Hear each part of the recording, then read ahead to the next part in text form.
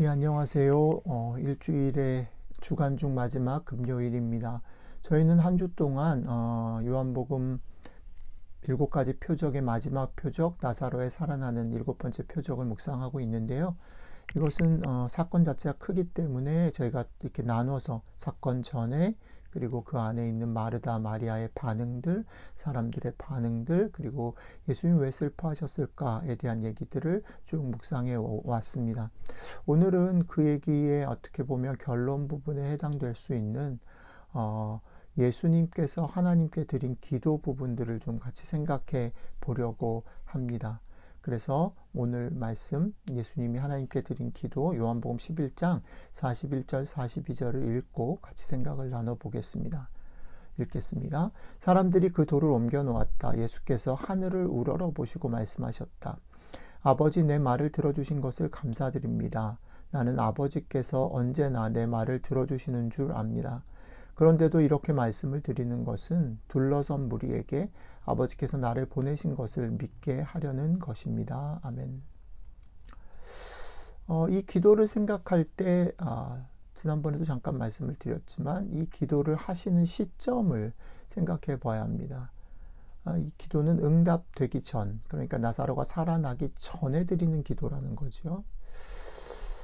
그런데 이 기도의 내용 속에는 이미 예수님께서는 기도가 응답을 받았다라고, 아버지께서 내 말을 들어주신 것을 감사하다라고 고백하고 있는 겁니다. 이 말을 이렇게 읽을 수도 있겠죠. 물론 자신이 원하는 대로 이루어질 것에 대한 단순한 신뢰를 보여주는 말이다. 예, 주님이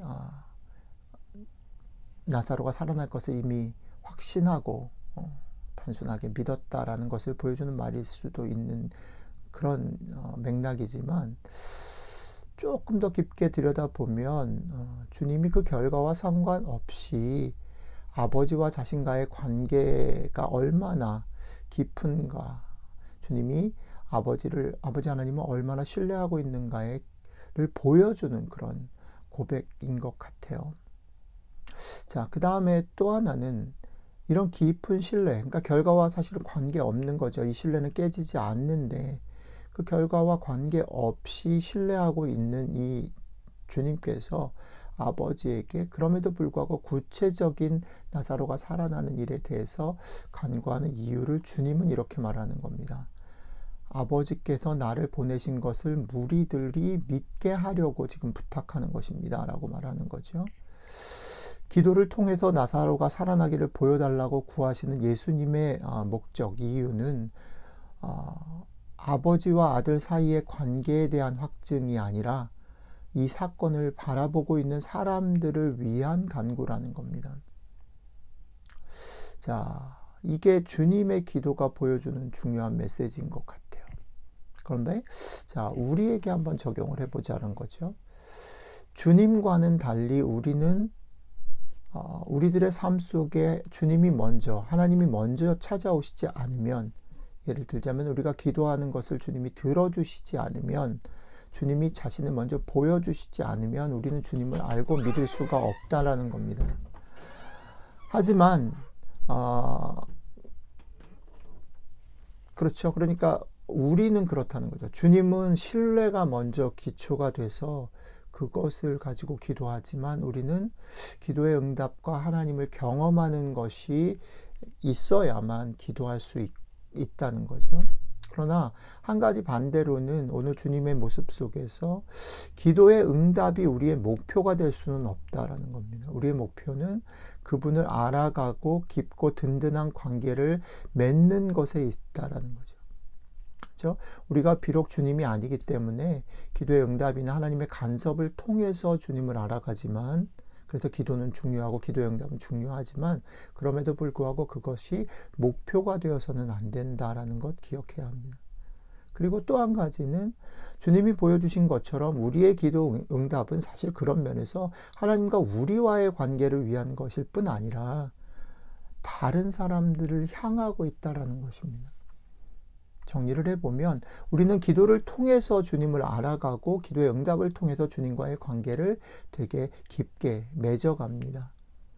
그렇기 때문에 우리에게는 기도와 기도의 응답이 되게 중요하죠. 그렇지만 그것이 목표가 돼서는 안 되고, 또 한 가지는 우리에게 주어지는 기도의 응답은 우리의 자랑을 위해서가 아니라 우리가 그랬듯이, 주님이 그랬듯이, 아니죠. 주님 때문에 우리가 그랬듯이 또 다른 사람들이 우리처럼 주님을 알아가는 기회로 사용되어져야 한다.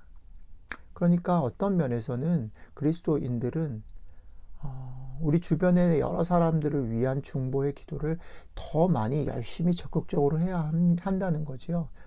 그죠? 주님처럼 연민의 마음을 가지고 열심히 다른 사람들의 문제를 위해서 기도해야 합니다. 그리고 기도하면서 그것이 우리의 자랑이 아니라 그 사람들이 그것들을 통해서 주님을 알아갈 수 있도록 기도해야 하고, 또 기도의 응답을 통해서 우리가 주님을 더욱 알아간다 할 때에 그것이 주님 알아가는 것이 목표가 되어야 함을 잊지 않고, 오늘 하루도 열심히 우리 삶의 많은 문제들, 우리 자신의 문제든 다른 사람의 문제든 주님이 그것들을 들으시고 응답하실 것들을 소망하며 열심히 기도하고, 그 기도를 통해 주님을 알아가고 주님을 보여주는 그런 삶이 되시기를 축복합니다. 기도하겠습니다. 주님, 감사합니다. 우리들의 삶에 자격이 없고 또 기대조차 하지 않지만 오셔서 우리의 삶을 돌보시고 우리의 작은 신음에 응답하심으로 하나님을 더욱 알아가고 믿을 수 있게 해주셔서 고맙습니다. 또한 우리의 기도를 통해서 우리뿐 아니라 우리 주변에 있는 이들이 주님을 알아갈 수 있기를 원합니다.